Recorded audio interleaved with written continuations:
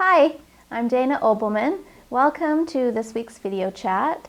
Today I wanted to talk to you about something that I feel really passionate about, and that is the idea of allowance for children. I think we just need to look around at the state, of our country, everyone's debt load, to realize that some important things need to change. Credit cards have sort of tricked us into believing that we can have whatever we want, whenever we want it.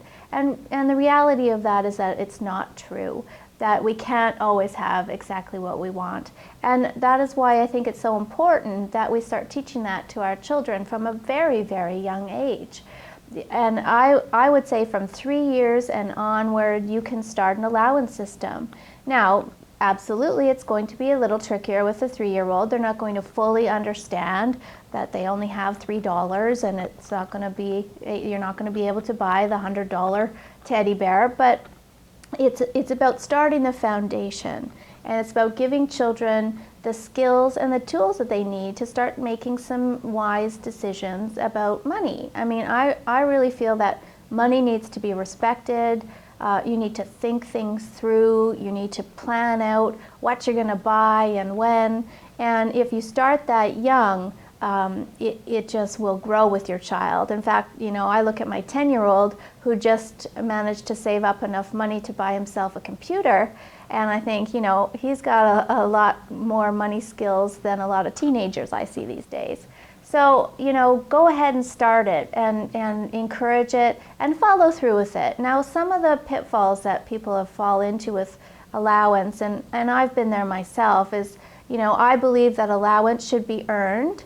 I'm not about to hand my children money for nothing, because again, where in the real world does that occur? I want them to earn it, and that means they need to do daily chores around our house in order to receive their allowance. Now, a lot of people say to me, oh, but then it's just this week of arguing and nagging and pouting about the chores that have to be done. And I agree that that's not fun, and that's not the way I want things to be in my house.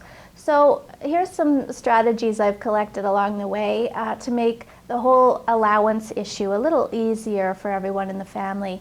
The first step is to make sure you're really clear about what the chores are. Just saying, well, keep your room tidy doesn't, especially for a 4-year-old, well, your version of tidy room might be much different than hers. So you need to be very specific about what the chores are. It could be, if we've got a 3 or 4-year-old, it could simply be that the chore is every day you take your dish to the kitchen when you're done your meal. That could be the chore. That might be enough for a 4-year-old to handle. Now, I suggest you write it out, and it should be on a chart somewhere. Mine's on the fridge. Even for little ones who can't read yet, it is just so important that they have at least a visual. So, you say, oh, I'm not sure you've done your chore today. Let's look at the fridge. Here are your 3 chores. Have you done them all? And just make this a little easier for everyone. So at my house, we've got a list on the fridge, and I don't nag about it. So the rule is, if you don't do your jobs, you lose money. So if you didn't put your laundry away, I'm taking $1 off your allowance. For every item that's missed, $1 comes off. Now, that means that there are some weeks that they're down a few dollars, absolutely, because they're kids and they're learning and they don't always get it right.